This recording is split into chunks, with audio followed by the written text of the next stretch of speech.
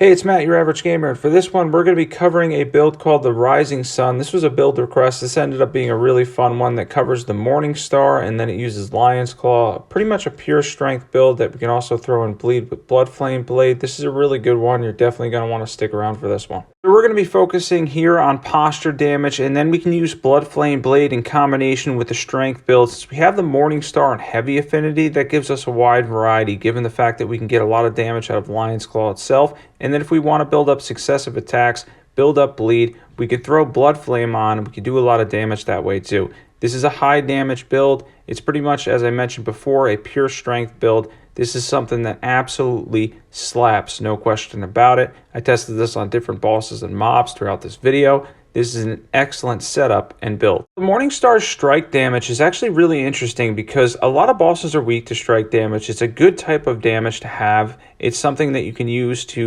works for the majority of the bosses in the game. You're not going to run too much issues throughout the game doing strike damage.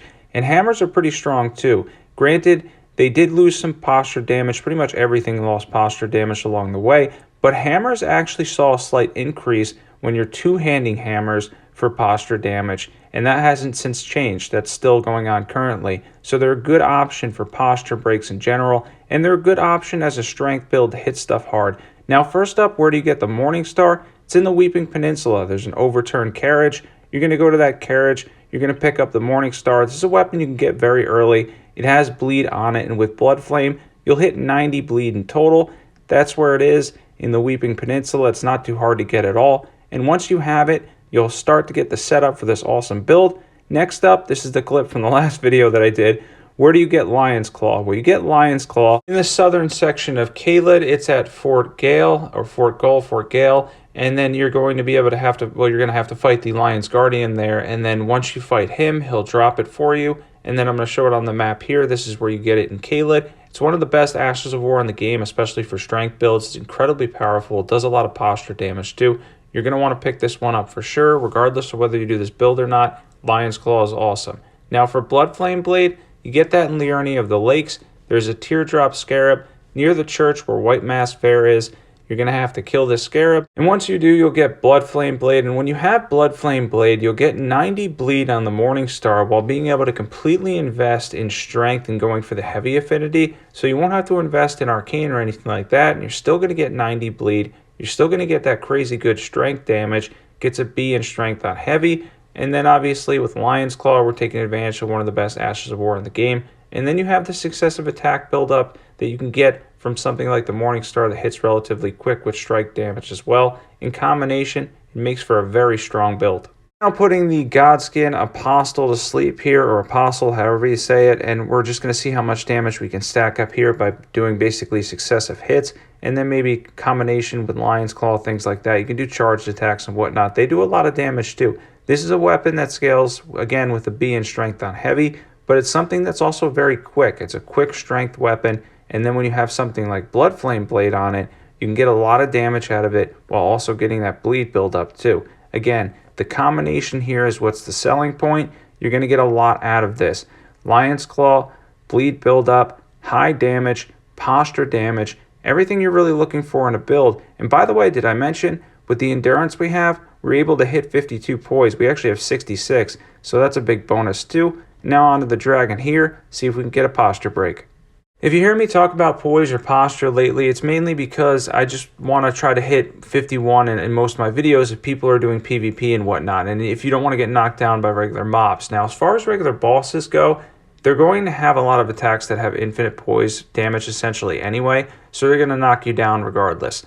Now, onto Lion's Claw. For this, we're going to try to build up as much posture damage as we can on the dragon here and see if we can get a posture break. As I was doing this video, by the way, I realized something. I really do like the Morningstar. I like the hammers. I like the strike damage. I like the fact that it's not really resisted very much by a lot of the enemies in the game. And then always having that strength build while you can hit something quickly and throw Bloodflame Blade on it makes for a fantastic combination to take on the majority of the bosses in the game. It really does add up to a lot of damage. You have all that going for you. This is one of those weapons that has so much to offer because you can hit fast, because you can get those charged damage, high damage attacks, because you can use Lion's Claw, and because you can get good bleed build up. Again, 90 bleed is not bad on a strength weapon with basically no arcane investment because we're using Bloodflame Blade.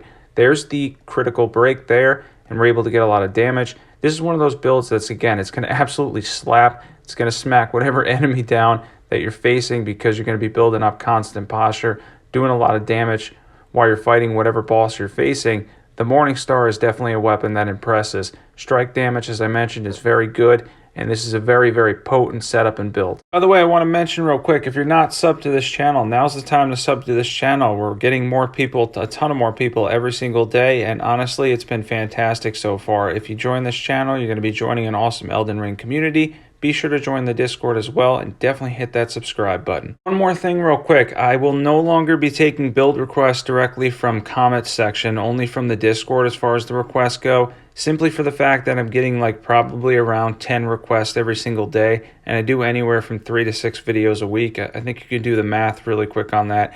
But anyway, if you go on the Discord, you write it out, there's a really good chance that I can turn it into something really cool, turn it into an awesome build. I love doing the build request. I feel like it gets me closer to my audience. But again, on YouTube, unfortunately, with the comments, I can't really keep up with all of it. So definitely be sure to join the Discord and put in the channel suggestions, what you want done, and I'll try my best to get it done. All right, now back to this build. Let's use the Morningstar on Commander Niall or O'Neill. Always get them mixed up here. See how much damage we can do.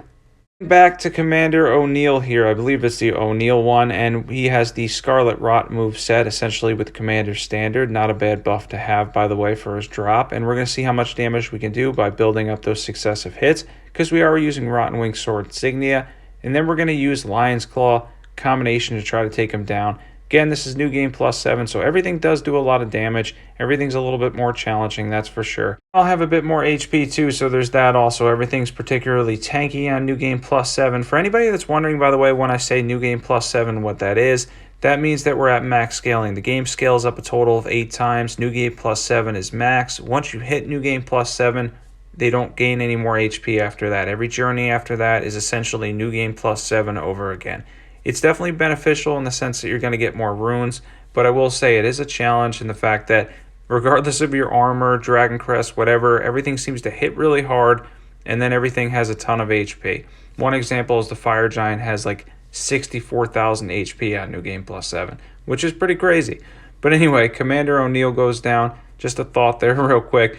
Went down fairly quickly. We were able to combination with the Morningstar using Lion's Claw, successive attacks. Did get a little quarter there, but he went down very, very quickly because this is a powerful build, as I mentioned. We're going to go on and flatten some mobs here. This should be really fun, showing this off on mobs. One thing to note, by the way, real quick, as far as mobs go, since you can flatten pretty much all of them, and NPC invaders and such you can flatten as well, they do not have any kind of protection for the most part when they're getting up, which means you could just spam Lion's Claw again. So as you can see, he's on the ground here, and then we could just hit him again and knock him right back on the ground, which makes everything a lot easier. If you're running into any trouble with mobs in the game, Lion's Claw is one of the most powerful Ashes of War for bosses and for mobs. It truly is incredibly powerful, and it's one of my favorites. Honestly, the Rising Sun, what a fun build, by the way. This was a really fun one. This was something that was fairly epic. By the way, thank you, Melody, on Discord. This was a fantastic setup and build. The Morningstar turned out to be a weapon that I really, really enjoyed. This was a really fun weapon to use, and it's really powerful too. It's something that, again, strike damage, that being able to just hit bosses and they're barely resisted to it, huge benefit. Now for buffs, first things first, we're going to drink our tear, and then after that, since we got our faith tear in there to give us the 10 levels we need for it, we're going to use Golden Vow, Flame grant me strength, then we're going to fill up our FP, then we can use Bloodflame Blade, then we can use Lion's Claw, we can do quick hits, charge hits, whatever you want to do after that. Let's get into equipment for this build. Now for equipment, we have the Morningstar plus 24, preferably plus 25 with heavy affinity and Lion's Claw. NEC will do. We have the white mask on. We have a set of armor that got us to 66 poise. Lord of Blood's Exultation, Shard of Alexander, Dragoncrest Great Shield Talisman, Rotten Wing Sword Insignia. Then we have the Faith and the successive attack tier. Let's get into stats. Now for stats, since I wanted to have the option to single hand this, I ended up going for 75 strength. You really only need about 60 strength if you're mainly going to be two-handing it, but since the single hand moveset isn't that bad either, I wanted to go high strength. We're really only invested in one stat, and then we went for 50 vigor and we have enough endurance for a good armor too, and we got a fairly decent amount of mind. Everything came out well, stats-wise. Now that was something that I really enjoyed doing. The Morningstar turns out very good weapon. I haven't really used it that often. I don't use hammers that much, but it's something I definitely would go through the game with. Now I mainly did side bosses and such because before I wanted to start the next journey on this character, I kind of had an idea of something that I wanted to do. So I waited for that, decided to take on side bosses. It was New Game Plus 7 and we did take on some challenging bosses and whatnot. By the way, I'm trying out a new mic, so let me know how that sounds. If you're not on the Discord, definitely be sure to join that. If you're not subbed and you love overpowered PvE builds, be sure to check out all the awesome builds that are on my channel. Thanks for watching, and as always, I will catch you guys there.